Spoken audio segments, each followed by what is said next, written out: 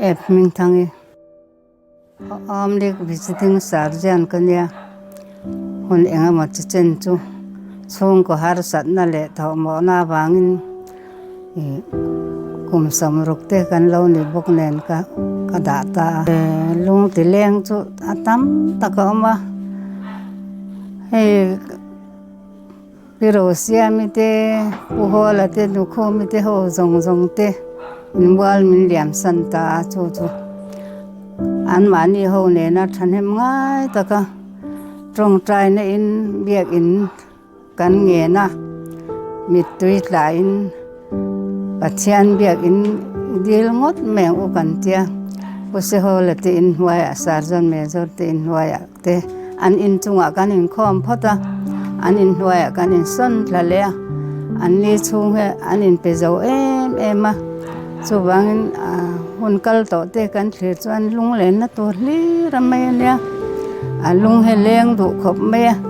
tun huna te hian kop tur te hian wang khopa ram thar kor kan lo din tir atang chuanin lung len na tur hli mai ania mi palam ni se he pulom thanga te kan pa te pulira te puka pate puhola te zong in wal min liam san vek to me chiani se ani boxi chu wangin ka kho har chang phe hi chuan kamit tui te hi tla lek thina ka khwa te hi harani chu wangin ton hun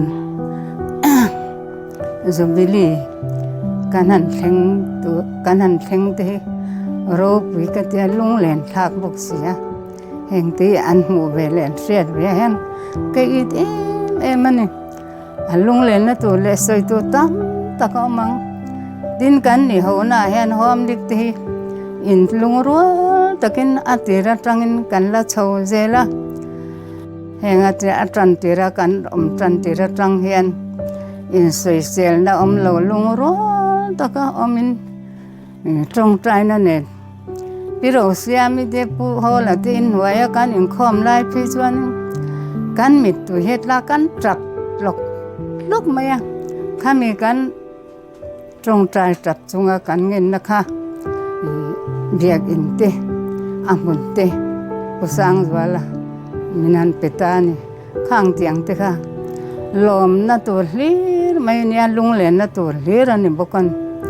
chu wangin ram thar kor zul bili kan han mang hi ami sing cheng te in ngei lovin kan om lawa a hlim thak em ma si te kan han manga ma sila in kan hlim thei boka ke ni nu a upa te pon tho reng hi kan tum lawa nuam hi kan tia ti to hi te pulal lir te ho nen han zan re a han kan hong thla a lung ro takin kan han om te kha tun hona hianin engtika ma ko ke the ni to om silawa kan lung he leng the em a soi to re tam em a kan soi seng lawang the zubili kan an thleng hi ro pi ka tia lom om ka tia ke nge po hian ka thleng the to don lo mo ka tia kan thleng le the ya kan mang le the ti ro pi ka tia lom thu ka se ne chu zong chu ka sei the tok ne me ro se